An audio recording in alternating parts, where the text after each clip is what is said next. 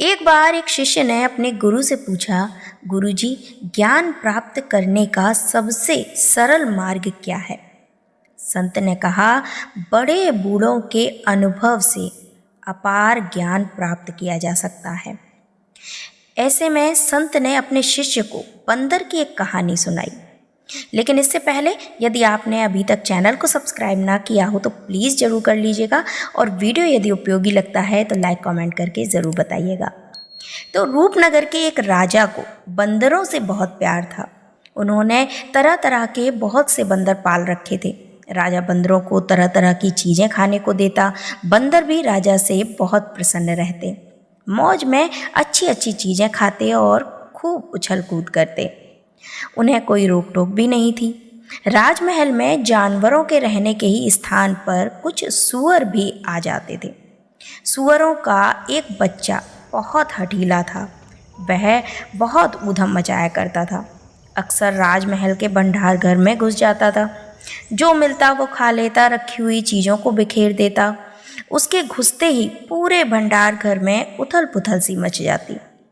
रसोइया सूअर के बच्चे की इस आदत से बहुत दुखी था। रसोइया जब तब सूअर के उस हठीले बच्चे को खूब पिटाई करता, लेकिन सूअर का बच्चा अपनी आदत से बाज ही नहीं आता था। बंदरों की टोली अक्सर सूअर के बच्चे का ये उत्पात देखती और फिर रसोइये से सूअर के बच्चे को पिटता हुआ भी देखती। एक दिन बंदरों की टोली का एक बूढ़ा बंदर अपने साथियों से बोला, दोस्तों, अच्छा हो हम राजमहल छोड़कर जंगल में चले जाएं।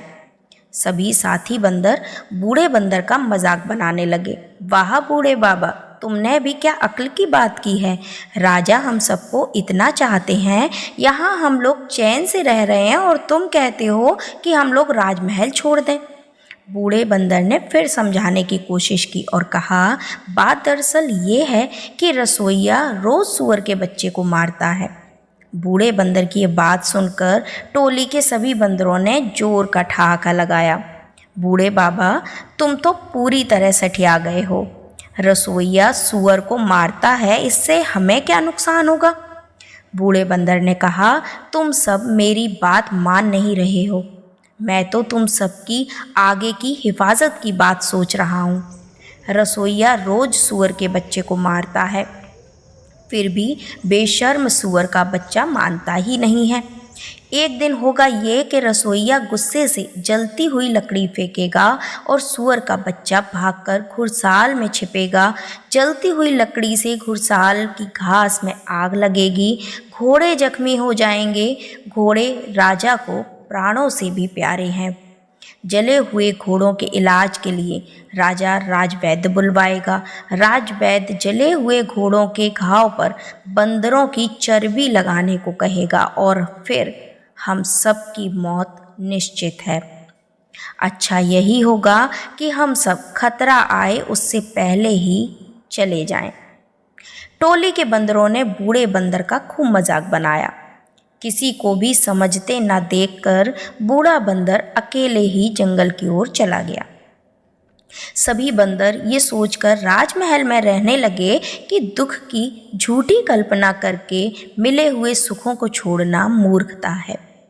बूढ़ा बंदर यही सोचता रहा कि सुख के साधनों ने इन्हें आलसी बना दिया है, भला ये मेरी बात क्यों मानेंगे। एक दिन घुड़साल का संरक्षक भागा भागा राजा के पास आया और बोला, राजन, रसोइये ने सूअर के बच्चे को जलती लकड़ी से मारा है। जलती लकड़ी घुड़साल में रखी घास पर पड़ी। घास में आग लगने से पूरा घुड़साल आग की लपटों में धधक उठा है।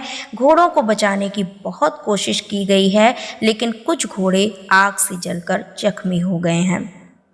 राजा घोड़ों के जलने की खबर सुनकर बहुत दुखी हुए। वे दुख के मारे कुछ सोच नहीं पा रहे थे। तभी उनके महामंत्री ने कहा, महाराज, राजवैद्य को बुलवाना चाहिए।